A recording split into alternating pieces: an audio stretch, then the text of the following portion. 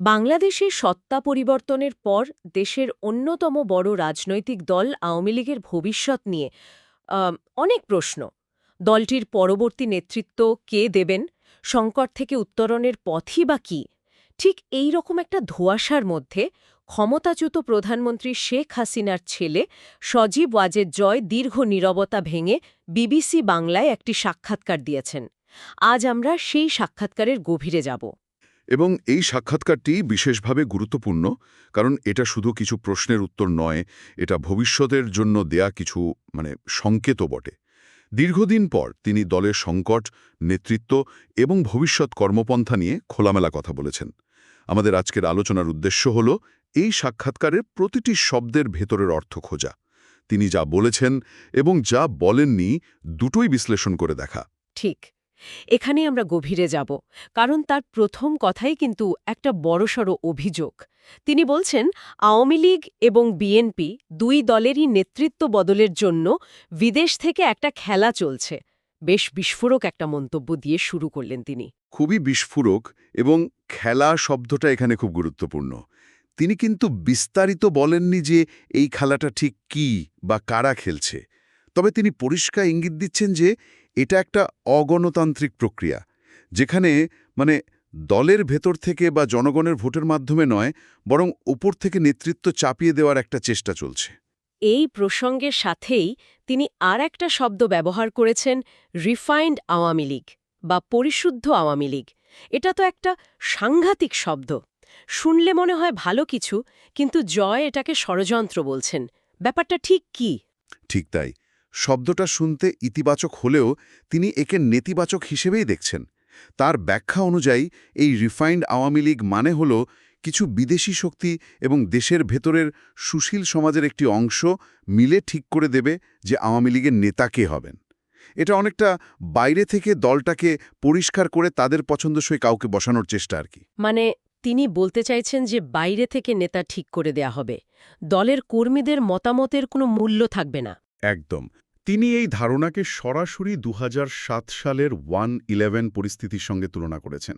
তিনি মনে করিয়ে দিচ্ছেন যে তখনও ঠিক একইভাবে বিদেশি চাপের কথা বলে এবং দুর্নীতির অভিযোগ তুলে দুই নেত্রীকে রাজনীতি থেকে বাদ দিয়ে দলগুলোর ভেতরে সংস্কার বা রিফর্ম করার চেষ্টা হয়েছিল। তার মূল বার্তাটা হলো তিনি গণতন্ত্রে বিশ্বাসী।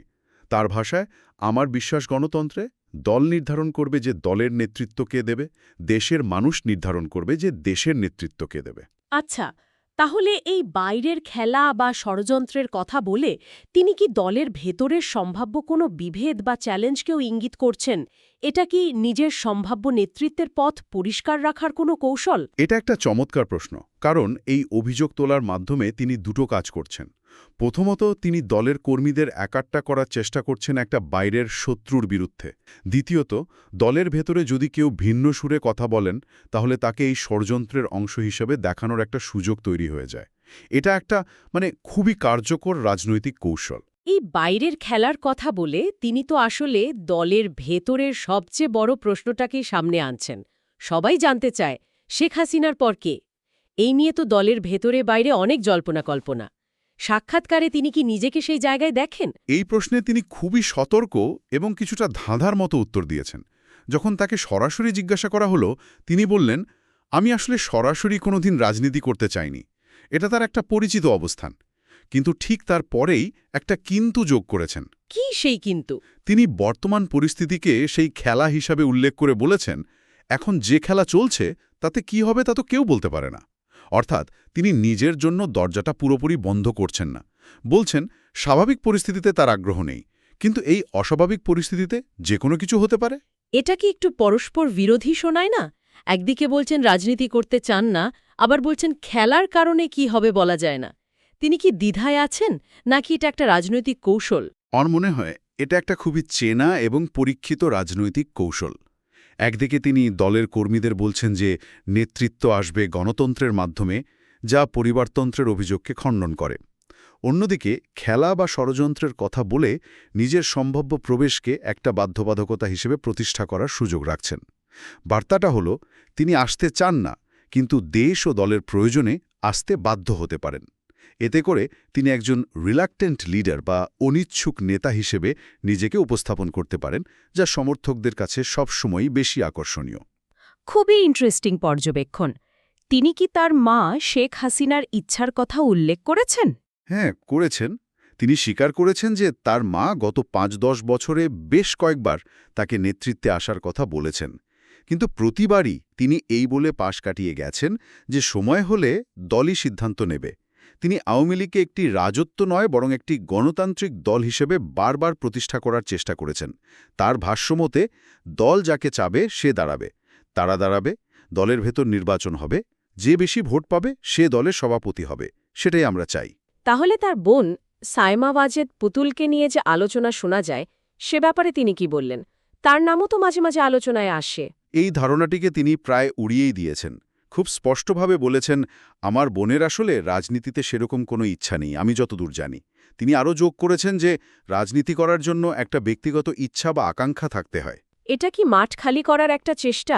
মানে পরিবারের তরফ থেকে একমাত্র সম্ভাব্য উত্তরাধিকারী হিসেবে নিজেকে প্রতিষ্ঠা করা? এটা একটা সম্ভাব্য ব্যাখ্যা হতে পারে। তিনি সব জল্পনা-কল্পনার অবসান ঘটিয়ে মনোযোগটা নিজের দিকেই রাখতে চাইছেন, অথবা তিনি সত্যিই পরিবারতন্ত্রের এই আলোচনাটাকেই থামিয়ে দিতে চাইছেন, যাতে দলের মধ্যে গণতান্ত্রিক প্রক্রিয়ার ওপর আস্থা তৈরি হয়। তবে এর সাথে তিনি আরেকটি গুরুত্বপূর্ণ বিষয় যোগ করেছেন। সেটা কি? তিনি অভিযোগ করেছেন যে তাদের পরিবারের সদস্যদের বিরুদ্ধে যে একের পর এক মামলা দেওয়া হচ্ছে, তার মূল উদ্দেশ্য রাজনৈতিক। তিনি বলছেন, তারা আমাদের বিরুদ্ধে মিথ্যা মামলা করছে যাতে আমাদেরকে কনভিক্ট করতে পারে, যাতে আমরা নির্বাচন করতে না পারি। মূল উদ্দেশ্য হচ্ছে শুধু এইটা। এই কথার মাধ্যমে তিনি বোঝাতে চাইছেন যে তাদের পরিবারকে রাজনীতি থেকে দূরে রাখার জন্য একটা আইনি প্রক্রিয়া ব্যবহার করা হচ্ছে। আচ্ছা, নেতৃত্বের এই ব্যক্তিগত সমীকরণের বাইরেও তো দলের একটা বিরাট সংকট চলছে। বর্তমানে বাংলাদেশে আওয়ামী লীগের কার্যক্রম প্রায় নিষিদ্ধ। অধিকাংশ সিনিয়র নেতাই কারাগারে বা আত্মগোপনে। এই ভয়াবহ বাস্তবতাকে তিনি কিভাবে দেখছেন? তিনি এই সংকটকে অস্বীকার করেননি, বরং একে পরিকল্পিত বলে উল্লেখ করেছেন। তার মতে, নেতৃত্বের সংকট পরিকল্পিতভাবে করা হয়েছে। আমাদের যত নেতা আছে তাদেরকে গ্রেফতার করে জেলে ভরে রাখা হয়েছে, বাকিরা জেলের ভয়ে দেশ ছেড়ে থাকতে হয়েছে। তিনি বলছেন, এর মাধ্যমে একটা ইচ্ছাকৃত নেতৃত্ব শূন্যতা তৈরি করা হয়েছে, যাতে দলটা ভেঙে পড়ে। কিন্তু দল কি আসলেই ভেঙে পড়ছে? কর্মীদের মনোবল নিয়ে তিনি কি ভাবছেন? এখানেই তিনি খুব আত্মবিশ্বাসী একটা বার্তা দিয়েছেন। তার দাবি, নেতারা বিচ্ছিন্ন থাকলেও কর্মীরা ঐক্যবদ্ধ এবং এখনও শেখ হাসিনার নেতৃত্বেই আছেন। তার কথাটা ছিল খুব জোরালো। আওয়ামী লীগ বিরাট একটা দল, আওয়ামী লীগকে ঠেকায় রাখা যাবে না। এটা একদিকে যেমন কর্মীদের জন্য একটা বার্তা, অন্যদিকে প্রতিপক্ষের জন্য একটা হুঁশিয়ারি। তাহলে এই ঠিকিয়ে রাখা অবস্থা থেকে বের হওয়ার পথ কি? বিশেষ করে ২০২৬ সালের ফেব্রুয়ারিতে যে নির্বাচন হওয়ার কথা, সেই নির্বাচন নিয়ে তাদের ভাবনাটা কি? তারা কি সেই নির্বাচনে অংশ নেবে? এ ব্যাপারে তার অবস্থান খুবই পরিষ্কার এবং বলা যায় আপোষহীন। তিনি সরাসরি বলেছেন, আমরা একটা এইরকম সাজানো নির্বাচন দেশের অর্ধেক ভোটারদের বাদ দিয়ে আমরা হতে দেব না। অর্থাৎ বর্তমান পরিস্থিতিতে কোনো নির্বাচনে যাওয়ার প্রশ্নই ওঠে না। তাহলে পথটা কি? নির্বাচন না হলে তারা কি করবে? আন্দোলন। তিনি স্পষ্ট করে দিয়েছেন যে তাদের সামনে আর কোনো পথ খোলা রাখা হয়নি।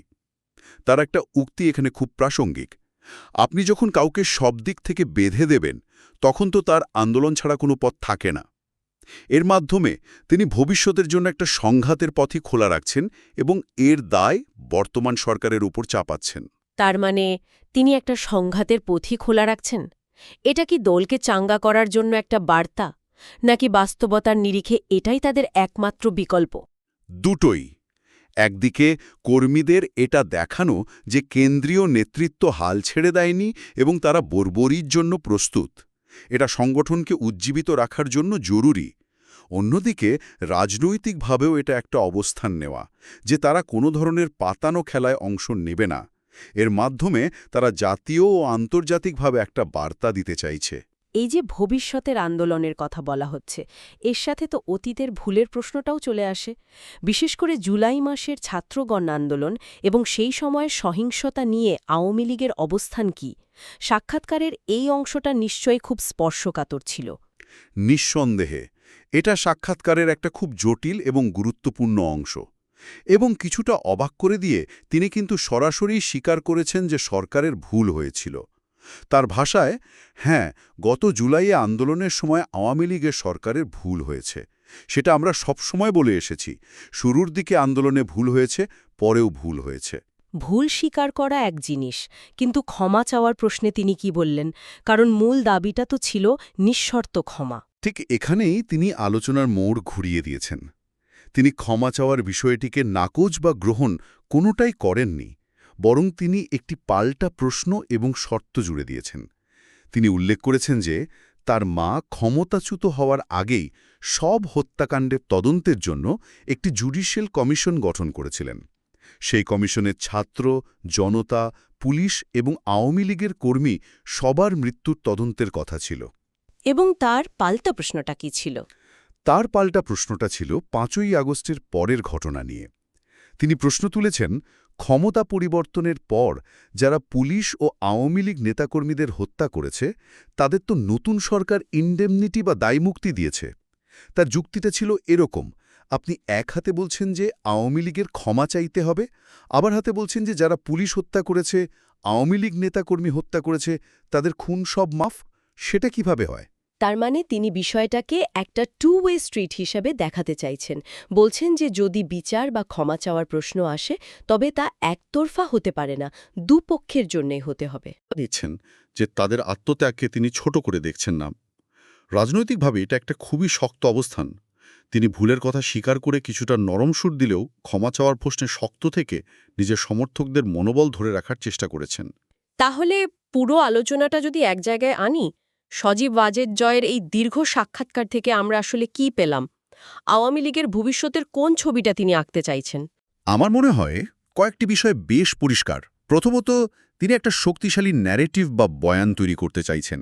সেটা হলো আওয়ামী লীগের বিরুদ্ধে একটা জাতীয় ও আন্তর্জাতিক ষড়যন্ত্র চলছে এবং এই ষড়যন্ত্রের বিরুদ্ধেই তাদের মূল লড়াই। এটা দলকে ঐক্যবদ্ধ করার একটা পরীক্ষিত ফর্মুলা।